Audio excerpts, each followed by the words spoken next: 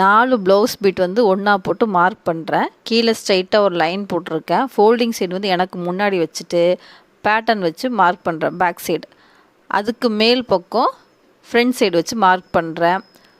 Back பார்ட்டுக்கு right சைடில் பட்டி piece, front பார்ட்டுக்கு கீழே பட்டி பீஸ், இந்த மாதிரி ஃபுல்லாக வச்சு மார்க் பண்ணியிருக்கேன். எங்கே டாட் வருமோ எல்லா இடத்துலையும் மார்க்கிங் கொடுத்துருக்கேன்.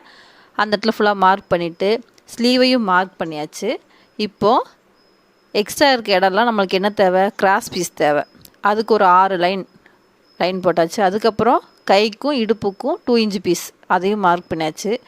மிச்சம் இருக்க பகுதியில் ஃப்ரண்ட் ஊக்கு வைக்கிறதுக்கும் ஐ நாட் கட்டுறதுக்கும் எடுத்துக்கணும். இப்போ நான் ஃபுல்லாக கட் பண்ணி காட்டுறேன் பாருங்கள். ஃப்ரண்ட்டு, பேக்கு, ஸ்லீவு, பட்டி, இது வந்து எக்ஸ்ட்ரா பீஸ் அந்த ஹூக் வைக்கிறதுக்கும் நாட்டு வைக்கிறதுக்கும்.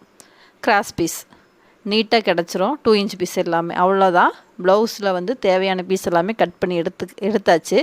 எதுவுமே வேஸ்ட் ஆகாது. இவ்வளோ